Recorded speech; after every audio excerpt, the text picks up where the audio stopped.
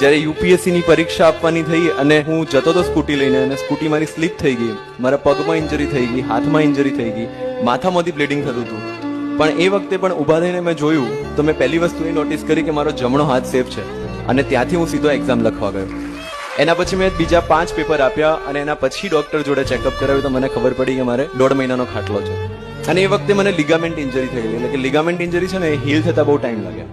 જ્યારે હું આરામ કરતો હતો ત્યારે મારા 1-2 સંબંધી આવ્યા સગાવાલા અને આવીને મને કે આના કરતા તો હાડકું તૂટ્યું હોત ને તો ફટાફટ સાજો થઈ ગયો હોત.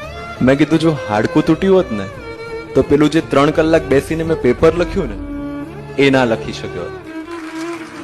એટલે 25 દિવસ હોસ્પિટલમાં કાઢ્યા પછી માત્ર અઠવાડિયાનો સમય હતો કે જેમાં હું યુપીએસસી ઇન્ટરવ્યુની તૈયારી કરું, જે મારા માટે લાઈફ એન્ડ ડેથનો પ્રશ્ન બની ગયો હતો કે યુપીએસસી ક્લિયર કરવાની છે. એ અઠવાડિયા પછી મેં ઇન્ટરવ્યુ આપ્યો અને ઇન્ટરવ્યુમાં હું ઇન્ડિયામાં 2nd હાઈએસ્ટ હતો.